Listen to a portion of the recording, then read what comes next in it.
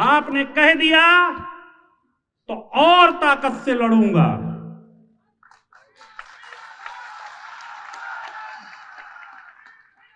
और ताकत से लड़ूंगा।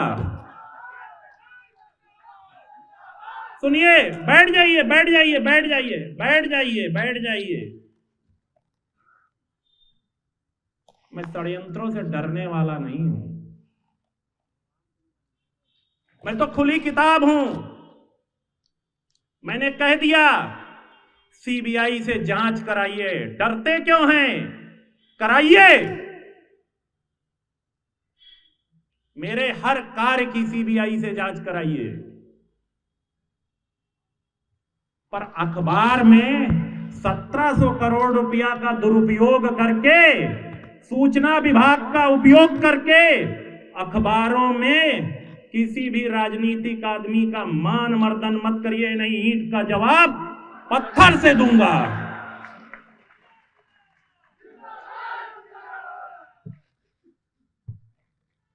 मैं डरने वाला नहीं हूं। मैं थप्पड़ खा करके चुप बैठने वाला भी नहीं हूं। हमने अगर आपको वोट दिया है तो हमारे अधिकार भी हैं। अधिकारों को छीनने के लिए लड़ना पड़ेगा। मेरी गलती है, मेरी गलती है। मैंने 14 में से 7 इंजीनियरिंग कॉलेज के डायरेक्टर वंचित वर्ग के बनाए। ये मेरी गलती है। मेरी गलती है कि मैंने अपने विभाग में पिछड़े दलित वर्ग के लोगों के हितों की रक्षा की है। ये मेरी गलती है और ऐसी गलती मैं करता रहूंगा। मैं ऐसी गलती करता रहूंगा, डरूंगा नहीं।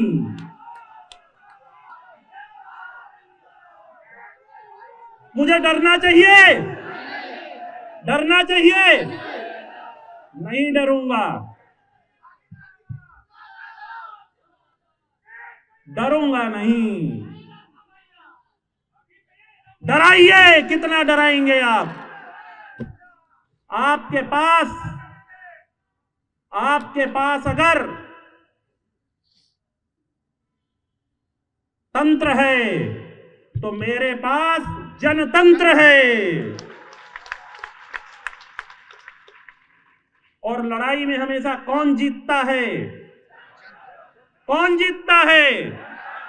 जनतंत्र।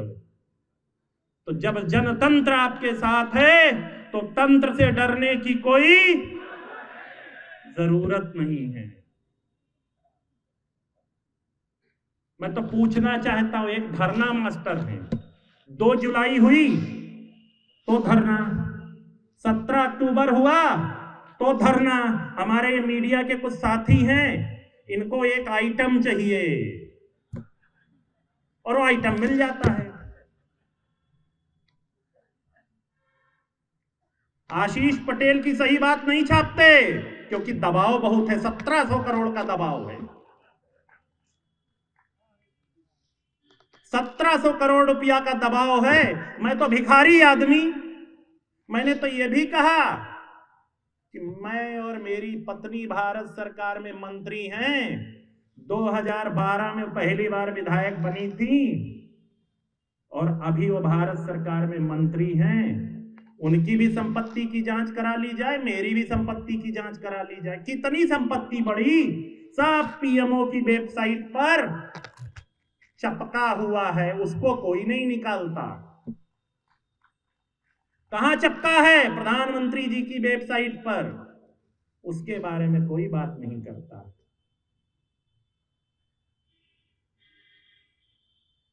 आगे कहूंगा तो क्या होता है, एक धरना मास्टर है, उनको प्रायोजित किया जाता है और उनको जब भी मौका मिलता है धरने पे बैठा दिया जाता है।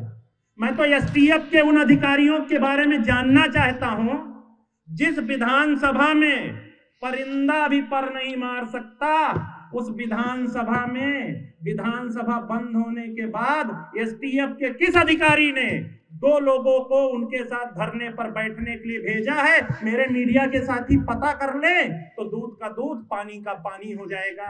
इसीलिए मैंने कहा था एसटीएफ से सावधान रहिएगा।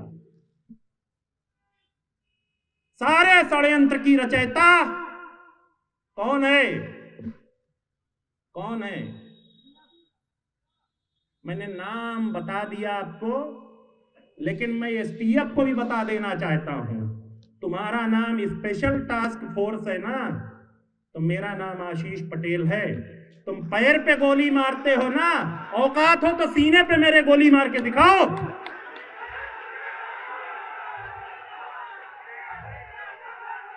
मुझे पता है आज के बाद से मेरे खिलाफ और षड्यंत्र होंगे, पर फिर से मैं आप सबसे पूछता हूं, मुझे डरना चाहिए या लड़ना चाहिए?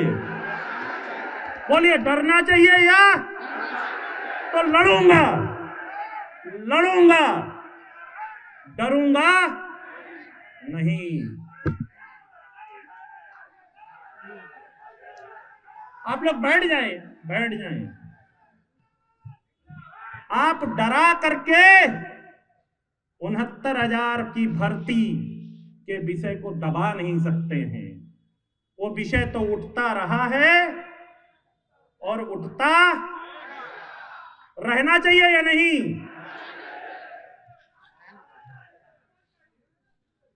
और सबको पता है, सबको पता है कि खेल कहां से हो रहा है। अरे हमने बहुत दिन मंत्री पद ले लिया है,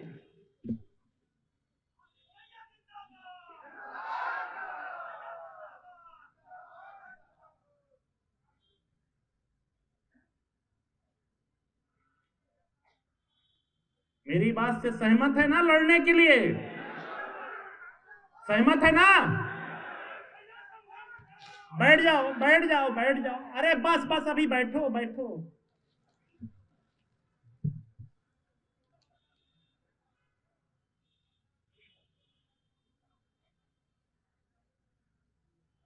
एक बार धरना मास्टर की मोबाइल की कॉल रिकॉर्ड खुलवा लें तो जानते हैं क्या हो जाएगा? कहां से ऑपरेट हो रही हैं सामने आ जाएगा, सारा सब सामने आ जाएगा। मैं तो एक चीज पूछ रहा हूं, 69,000 भर्ती में एक भी दिन धरने में बैठने की इच्छा नहीं हुई? क्या हिम्मत है कि 69,000 भर्ती का घोटाला करने वाले सचिव बेसिक शिक्षा परिषद के विरुद्ध धरने पे बैठेंगी? औकात नहीं है, क्योंकि जहां से ऑपरेट हो रही, मार डंडा, मार थप्पड़ ठीक कर देंगे।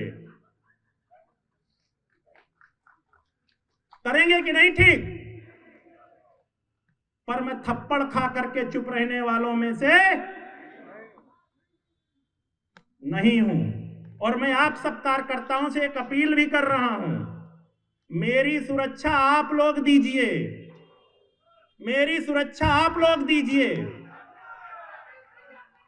आप ही मेरी सुरक्षा है। मेरे साथ षड्यंत्र बड़े होने वाले हैं।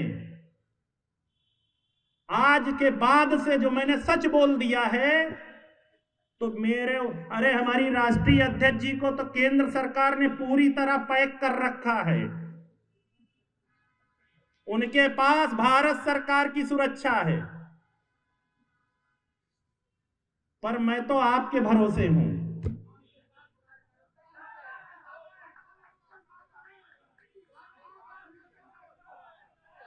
बैठ जाइए, बैठ जाइए। मेरे साथ आप लोग रहेंगे तो किसी की औकात नहीं है मेरा बाल बांका कर सके। लड़ाई लड़ेंगे।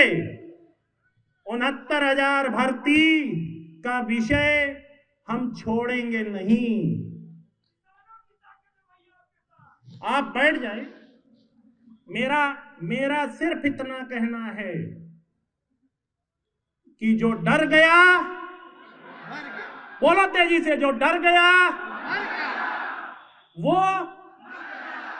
और जो मर गया वो जीने के लायक नहीं है। तो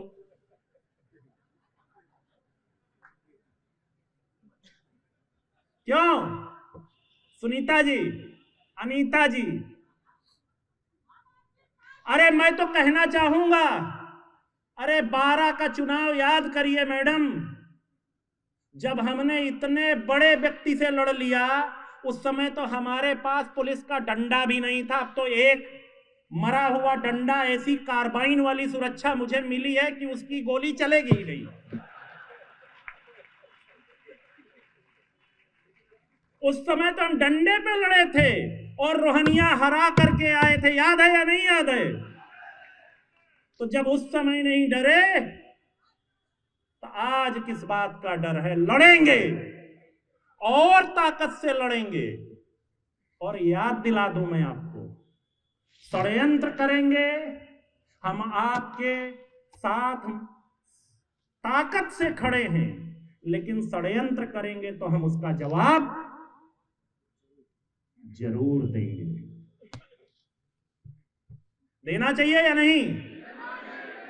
और मैं शिशिर बाबू से कहना चाहता हूं, मैंने आपको कई बार कहा कि आप खबरें छपवाना बंद कर दीजिए, पर आपके पास तो 1700 करोड़ रुपया है ना। मैं तो भिखारी आदमी हूं, लेकिन अगर आप अपनी हरकतों से बाज नहीं आए तो मैं इतना जरूर कहता हूं आपसे कि बिना पैसा वाला भी खबर छपवाना जानता, वो मुझे तरीका आता है।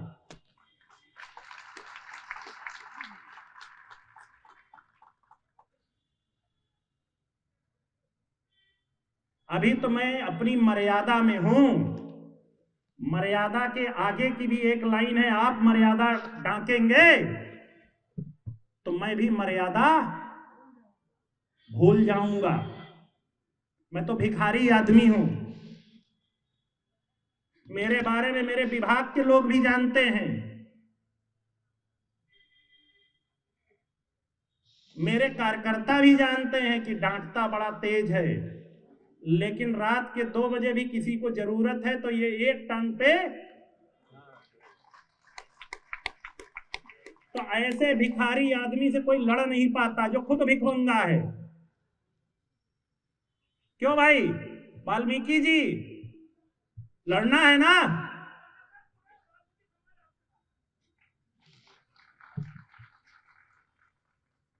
तो मेरा बस सिर्फ इतना आपको सबको कहना था, और आपके माध्यम से धरना मास्टर को एक बात और कहना चाहता हूं।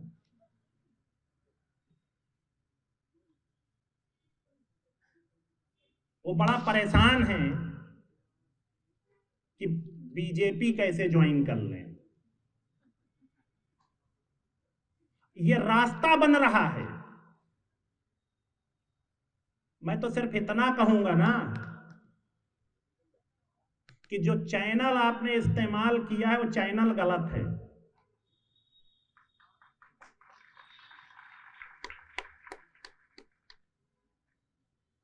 जाइए प्रधानमंत्री जी के नेतृत्व को स्वीकार करिए, प्रधानमंत्री जी को नेता बनिए, आपका स्वागत है। पर ड्रामा धरने से कुछ नहीं होने वाला है, क्योंकि आपने जिस जिसको धोखा दिया है ना, आपसे सब कोई पीड़ित है, आपके साथ कोई है नहीं। मेरा इशारा आप लोग समझ गए होंगे। जहां खाया वहां छेद नहीं, वहां ड्रिल कर दिया। तो ड्रिल वाले तो गए, हमारे साथ तो आपने ये किया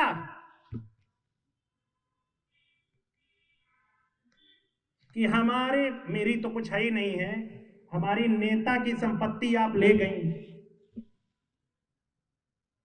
और बेचारी चुप है, उनकी छोटी बहन अमन भी चुप है कि चलो ले गई ले गई।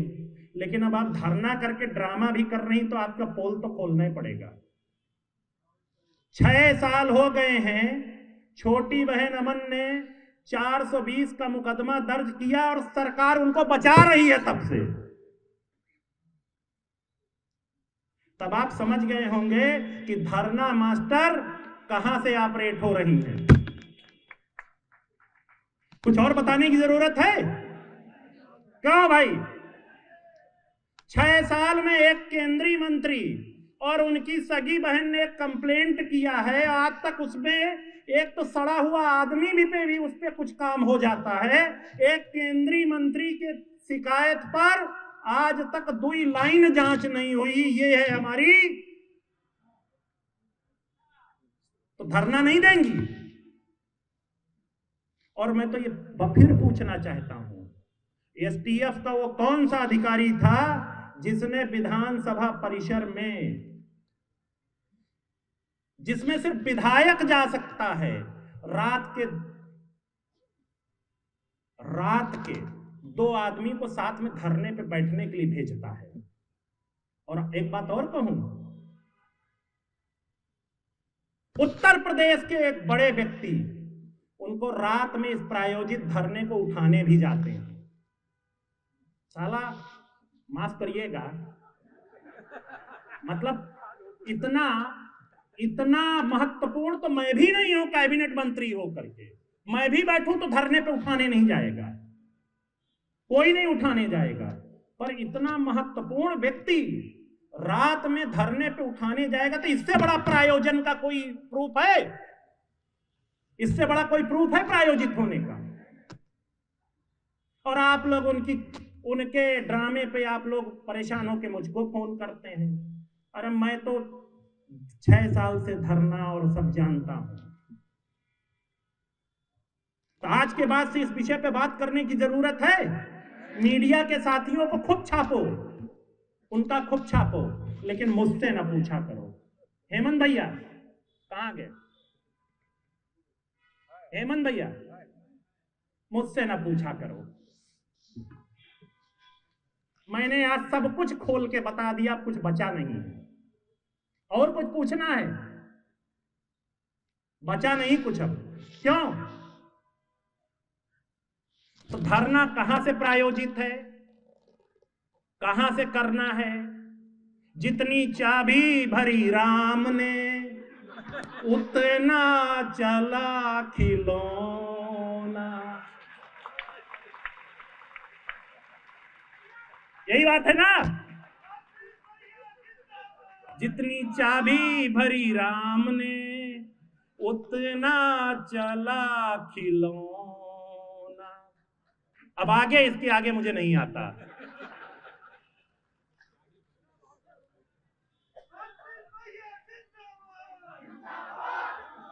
पर सुने, खिलौनों से हम लोग डरते नहीं हैं। खिलौनों को ना मसल दिया जाता है। आप सबको ढेर सारा धन्यवाद देते हुए, अभी इसके बाद माननीय राष्ट्रीय अध्यक्ष जी ने आपके लिए भोजन की व्यवस्था की है। तो सबके साथ राष्ट्रीय अध्यक्ष जी आप सबके साथ भोजन करेंगी अपने बात रखने के बाद।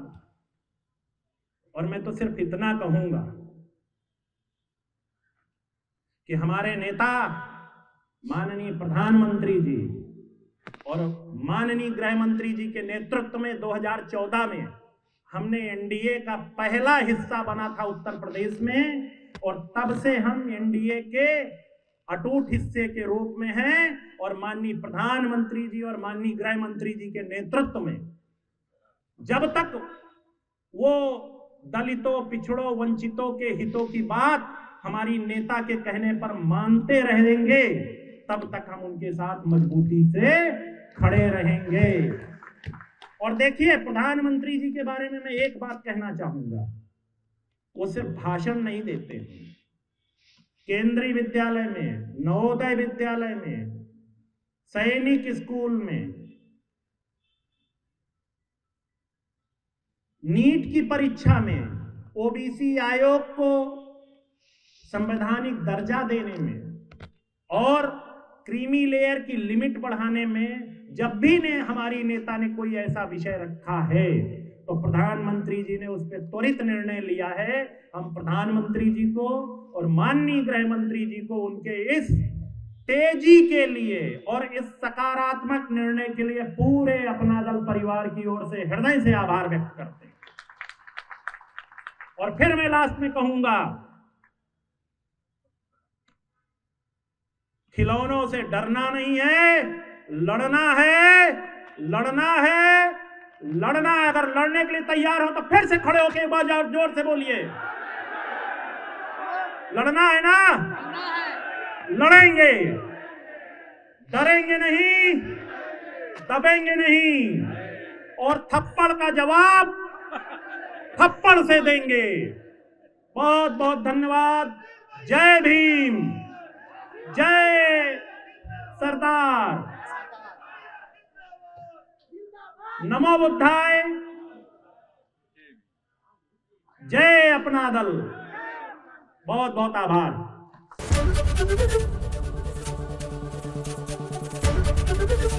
एबीपी गंगा, खबर आपकी, जुबान आपकी।